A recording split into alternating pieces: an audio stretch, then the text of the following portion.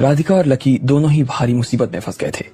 एक तरफ जहां लकी को निशा अपने साथ ले गई, उसे नशीला दवा खिलाकर उसे बेहोश कर दिया, तो वहीं दूसरी तरफ राधिका को लेकर सिराज भी उस होटल के कमरे में पहुंच गया था, जहां उसने पहले से ही अपने लिए कमरा बुक कर लिया था।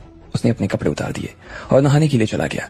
तौलिए से बदन को पोंछने के लिए उसने हाथ आगे बढ़ाया, मगर अभी भी उसके बदन पर पानी की कुछ बूंदें रह गई थी।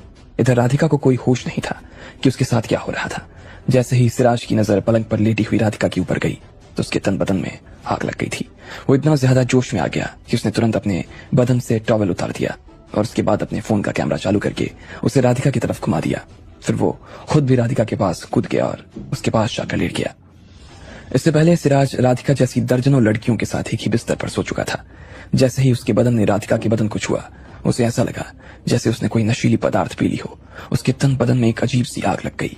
उसने कैमरा राधिका की तरफ घुमाया और देखा कि बेहोशी की हालत में उसका मुंह बहुत थोड़ा सा खुला हुआ था और उसके होंठों के बीच में से उसके मोती जैसे दांत चमक रहे थे। वो सच में इस वक्त किसी अप्सरा से कम नहीं लग रही थी।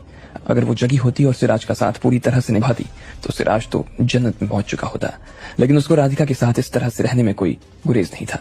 उसके मोती जैसे चमकते हुए दांतों को देखकर सिराज की आंखें खुली की खुली रह गई।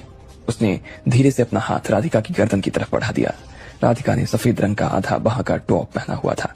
उसने उसकी गर्दन पर उंगलियां फिरानी शुरू कर दी और फिर धीरे धीरे उसकी उंगलियां नीचे की ओर आनी शुरू हो गई थी। वो राधिका के टॉप के गले को अपनी उंगलियों से और बड़ा करता जा रहा था।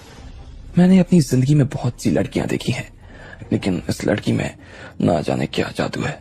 मैं चाह कर भी खुद को रोक नहीं पा रहा हूं, सिराज ने धीरे से अपने फोन के माइक पर कहा।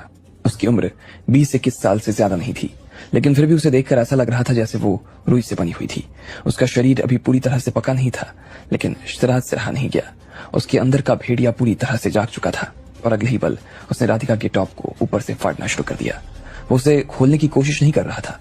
उसके अंदर ना जाने कौन सा जानवर आ गया था कि उसने उसे ऊपर से फाड़ दिया, और जैसे उसके टॉप को पूरी तरह से चीर देने वाला था तभी पीछे से किसी चीज की आवाज आने लगी। ये उसके कमरे का दरवाजा बजने की आवाज थी। सिराज को लगा कोई रूम सर्विस वाला आदमी उसे परेशान करने के लिए आया होगा, इसलिए उसने पलंग पर लेटकर ही चिल्लाते हुए कहा, मुझे कुछ नहीं चाहिए, निकलो यहां से। उसके इतना कहने के बाद भी दरवाजे पर शोर होना थम नहीं रहा था। उसे लग रहा था कि वो आदमी चला जाएगा, लेकिन उल्टा वो और जोर से दरवाजा पीटने लगा। अबे साले बहरा है क्या? हिंदी भाषा समझ में नहीं आती? एक बार बोल दिया ना, निकल जा यहां से, चल निकल। सिराज ने गुस्से में गुर्राते हुए कहा। सिराज एक बार गाली दे ना, दे मुझे गाली। उधर से उसे एक औरत के जोर से चिल्लाने की आवाज आई।